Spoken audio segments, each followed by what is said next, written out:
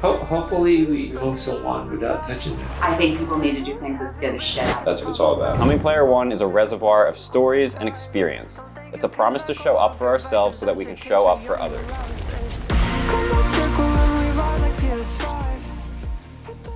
Hello and welcome to Philosophy Friday here on Becoming Player One.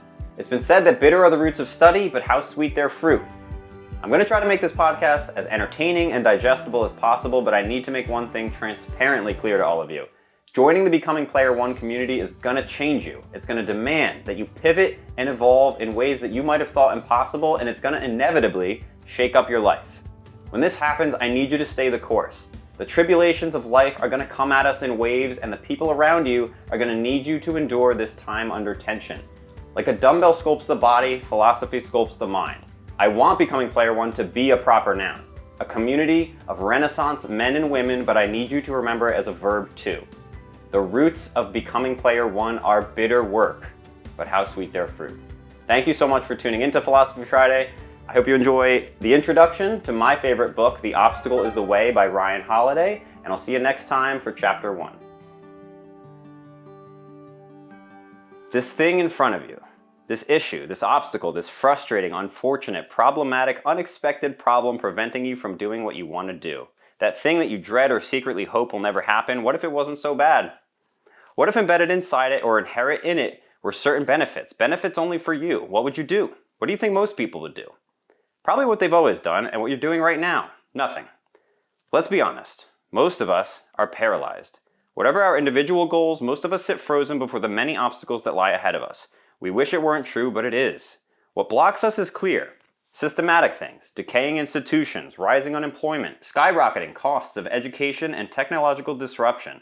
How about individual? Too short, too old, too scared, too poor, too stressed, no access, no backers, no confidence. How skilled we are at cataloging what holds us back. Every obstacle is unique to each of us, but the responses they elicit are the same. Fear, frustration, confusion, helplessness, depression, and anger. You know what you want to do, but it feels like some invisible enemy has you boxed in, holding you down with pillows. You try to get somewhere, but something invariably blocks the path, following and thwarting each move you make. You have just enough freedom to feel like you can move, just enough to feel like it's your fault when you can't seem to follow through or build momentum. We're dissatisfied with our jobs, our relationships, our place in the world. We're trying to get somewhere, but something stands in the way, so we do nothing. We blame our bosses, the economy, our politicians, other people, or we write ourselves off as failures or our goals as impossible, when really only one thing is at fault, our attitude and our approach. And so we're stuck, beset on all sides. Many of us are disoriented, reactive, and torn. We have no idea what to do. On the other hand, not everyone is paralyzed. We watch in awe as some seem to turn those very obstacles which stymie us into launching pads for themselves. How do they do that? What's the secret? Even more perplexing, earlier generations faced worse problems with fewer safety nets and fewer tools. They dealt with the same obstacles we have today, plus the ones they worked so hard to try to eliminate for their children and others, and yet we're still stuck. What do these figures have that we lack? What are we missing? It's simple. A method and a framework for understanding, appreciating, and acting upon the obstacles life throws at us. John D. Rockefeller had it. For him it was a cool-headedness and self-discipline. Demosthenes, the great Athenian orator, had it. For him it was a relentless drive to improve himself through action and practice. Abraham Lincoln had it. For him it was humility, endurance, and compassionate will. There are other names you'll see again and again in this book. Ulysses S. Grant, Edison, Thatcher, Zimmerman, Earhart, Rommel. I'm not going to list them all. Some of these men and women faced unimaginable horrors, from imprisonment to debilitating illnesses, in addition to day-to-day frustrations that were no different than ours.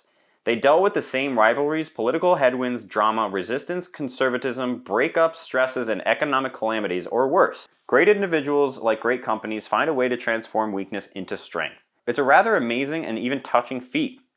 They took what should have held them back, what in fact might be holding you back right now this very second, and used it to move forward. As it turns out, this is one thing all great men and women of history have in common.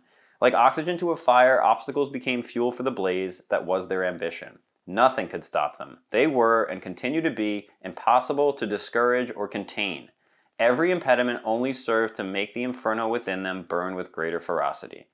These people who flipped their obstacles upside down, who lived the words of Marcus Aurelius and followed a group which Cicero called the only real philosophers, the ancient Stoics, even if they'd never read them. They had the ability to see obstacles for what they were, the ingenuity to tackle them, and the will to endure a world mostly beyond their comprehension and control. Let's be honest, most of the time, we don't find ourselves in horrible situations we must simply endure. Rather, we face some minor disadvantage or get stuck with some less than favorable conditions. Or we're trying to do something really hard and find ourselves outmatched, overstretched, or out of ideas. Well, the same logic applies. Turn it around, find some benefit, use it as fuel. It's simple, but of course not easy. This is not a book of gushing, hazy optimism. This is not a book that tells you to deny when stuff sucks or to turn the other cheek when you've been completely screwed over. There will be no folksy sayings or cute but utterly ineffectual proverbs.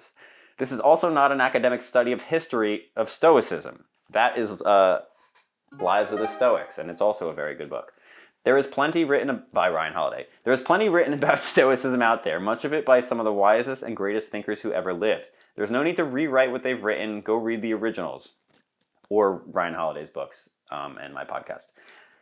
No philosophic writing is more accessible. It feels like it was written last year, not last millennium. But I have done my best to collect, understand, and now publish their lessons and tricks. Ancient philosophy never cared much for authorship or originality. All writers did their best to translate and explain the wisdom of the greats as it has been passed down in books, diaries, songs, poems, and stories, and I'm going to add podcasts. All of these refined in the crucible of human experience over thousands of years. This book will share with you their collective wisdom in order to help you accomplish the very specific and increasingly urgent goal we all share: overcoming obstacles. Mental obstacles, physical obstacles, emotional obstacles, perceived obstacles. We face them every day, and our society is collectively paralyzed by this. If all this book does is make facing and dismantling such stumbling blocks a little easier, it will be enough. But my aim is higher. I want to show you the way to turn every obstacle into an advantage. So this will be a book of ruthless pragmatism and stories from history that illustrate the arts of relentless persistence and indefatigable ingenuity. It teaches you how to get unstuck, unfucked, and unleashed. How to turn the many negative situations we encounter in our lives into positive ones, or at least to snatch whatever benefit we can from them, to steal good fortune from misfortune. It's not just, how can I think this is not so bad? No, it is how to will yourself to see that this must be good. An opportunity to gain a new foothold, move forward, or go in a better direction. Not be positive, but learn to be ceaselessly creative and opportunistic. This is why I love this book. Not, this is not so bad, but I can make this good. Because it can be done. In fact, it has and is being done every day. That's the power we will unlock in this book. What holds you back? The physical, size, race, distance, disability, money. The mental, fear, uncertainty, inexperience, or prejudice.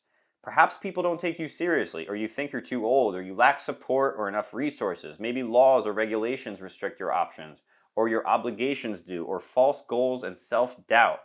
Whatever it is, here you are, here we all are. And these are obstacles. I get it. No one is denying that. But run down the list of those who came before you. Athletes who were too small, pilots whose eyesight wasn't good enough, dreamers ahead of their time, or those who came from nothing, or worse, from places where their very existence was threatened on a daily basis. What happened to them? Well, far too many gave up, but a few didn't. They took twice as good as a challenge. They practiced harder, looked for shortcuts and weak spots, discerned allies among strange faces, got kicked around a bit. Everything was an obstacle they had to flip. And so, within those obstacles was an opportunity. They seized it. They did something special because of it. We can learn from them. Whether we're having trouble getting a job, fighting against discrimination, running low on funds, stuck in a bad relationship, locking horns with some aggressive opponent, have an employee or student we just can't seem to reach, or we're in the middle of a creative block, we need to know that there is a way. When we're met with adversity, we can turn it into advantage based on their example. All great victories, be they in politics, business, art, or seduction, involved resolving vexing problems with a potent cocktail of creativity, focus, and daring. When you have a goal, obstacles are actually teaching you how to get there, get where you want to go, carving you a path. The things which hurt, Benjamin Franklin wrote, instruct. Today, most of our obstacles are internal, not external. Since World War II, we have lived in some of the most prosperous times in history. There are fewer armies to face, fewer fatal diseases, and far more safety nets. But the world still rarely does exactly what we want. Instead of opposing enemies, we have internal tension, we have professional frustration, we have unmet expectations, we have learned helplessness, and we still have the same overwhelming emotions humans have always had. grief, pain, and loss. Many of our problems come from having too much rapid technological disruption, junk food, traditions that tell us the way we're supposed to live our lives. We're soft, entitled, and scared of conflict. Great times are great softeners. Abundance can be its own obstacle, as many people can attest. Our generation needs an approach for overcoming obstacles and thriving amid chaos more than ever. One that will help turn our problems on their heads, using them as canvases on which to paint master works. This flexible approach is fit for an entrepreneur or an artist, a conqueror or a coach, whether you're a struggling writer or a sage or a hardworking soccer mom. All right, this is the last page here. Overcoming obstacles is a discipline of 3 critical steps. It begins with how we look at our specific problems, our attitude or approach. Then the energy and creativity with which we actively break them down and turn them into opportunities.